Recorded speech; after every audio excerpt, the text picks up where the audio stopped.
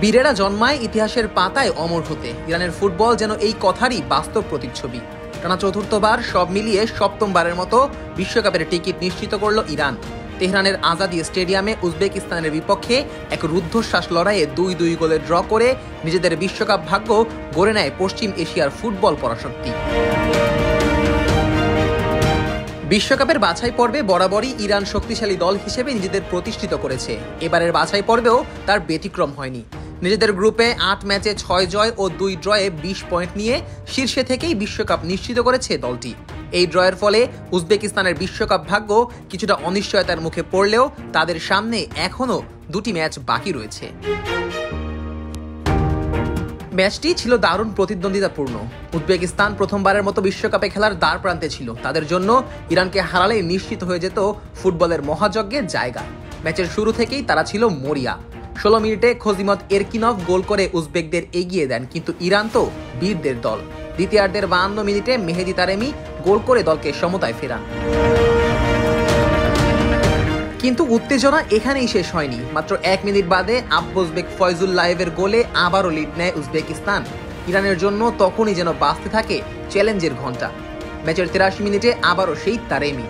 Inter মিলানের এই তারকা ফরওয়ার্ড চরম মুহূর্তে গোল করে ইরানকে সমতায় ফেরান এবং নিশ্চিত করেন তাদের বিশ্বকাপ যাত্রা। ওয়ালটন এসি এক্সচেঞ্জ অফারে এখন যে কোনো ব্র্যান্ডের পুরাতন এসি বদলে নতুন ওয়ালটন এসিতে উপভোগ করুন 25% ছাড়। Walton air conditioner, comfort without compromise. ইরানের ফুটবল ঐতিহ্য বহু পুরনো। মধ্যপ্রাচ্যের অন্যতম সফল ফুটবল দল হিসেবে ইরান এর আগে 1978, 1998, 2006, 2014, 2018 এবং 2022 বিশ্বকাপে অংশ নিয়েছে। তাদের ধারাবাহিক সাফল্যের কারণ সুশৃঙ্খল রক্ষণভাগ, আক্রমণাত্মক খেলার কৌশল এবং দক্ষ খেলোয়াড়দের উপস্থিতি। ইতিমধ্যে 2026 বিশ্বকাপে জায়গা করে নিয়েছে 7টি দেশ। আয়োজক দেশ হিসেবে যুক্তরাষ্ট্র, কানাডা এবং মেক্সিকো আগে থেকেই মূল পর্বে রয়েছে। এরপর এশিয়া থেকে প্রথম দল হিসেবে বিশ্বকাপ নিশ্চিত করেছিল জাপান। পরে তাদের সঙ্গী হয় নিউজিল্যান্ড। এবার তাদের সঙ্গে যুক্ত হলো ইরান। লাতিন আমেরিকা থেকে প্রথম দল হিসেবে জায়গা করে নিয়েছে বর্তমান বিশ্ব চ্যাম্পিয়ন আর্জেন্টিনা। এশিয়ার বাছাই পর্বে তৃতীয় রাউন্ড এখনো চলছে। প্রতিটি গ্রুপ থেকে 2টি করে দল সরাসরি বিশ্বকাপে খেলবে। তৃতীয় এবং চতুর্থ স্থানে থাকা দলগুলো চতুর্থ রাউন্ডে গিয়ে অতিরিক্ত 2টি জায়গার জন্য লড়াই করবে।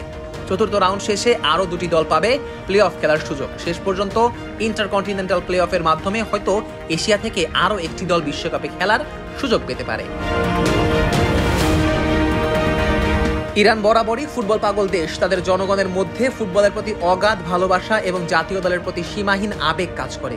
দেশটির ফুটবলে একটি দর্শন প্রচলিত আছে, আমরা শুধু ম্যাচ খেলি না, আমরা সম্মানের জন্য লড়ি।